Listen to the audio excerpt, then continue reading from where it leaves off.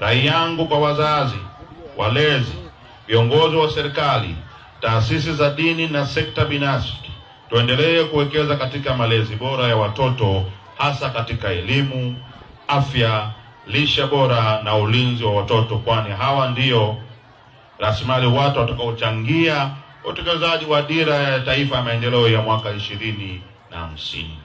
Ndugu wananchi, pamoja na changamoto hizo, mkoa wetu umeendelea kutoa huduma mbalimbali za kupinga ukatili wa kijinsia. Hali hii imesaidia kupunguza kwa kiasi kubwa matukio ya ukatili wa kijinsia katika jamii zetu kutoka matukio 2849 kwa mwaka 2025 hadi kufikia matukio 1903 kwa mwaka 2026. Katika kupambana na ukatili wa kijinsia, jamii hupata huduma hizi muhimu kupitia ushirikiano mkubwa unaotolewa na wahudumu wa afya kutoka vituo vyetu vya kutolea huduma za afya. Ndugu wananchi, serikali ya awamu ya 6 imekuwa ikitoa huduma ya usafiri kwa wajawazito na watoto wachanga bure kupitia mpango wa M-Mama ulioanzishwa na Mheshimiwa Samia Suluhu Hassan, Rais wa Jamhuri ya Muungano wa Tanzania.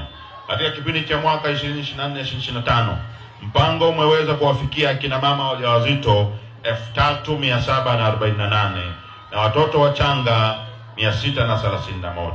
Na mwaka 2025-2026, mpango umewafikia akina mama wajawazito 3429 na watoto wachanga 751.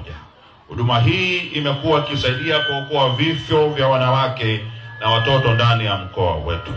Ndugu wananchi, hali ya lishe katika mkoa inaendelea kuimarika kwa baadhi ya viashiria kupitia tafiti zilizofanyika, ambapo udumavu katika mkoa umepungua kutoka 35.2 hadi kufikia 21.3 ikilinganishwa na 30% ya kitaifa ya 2021-2022.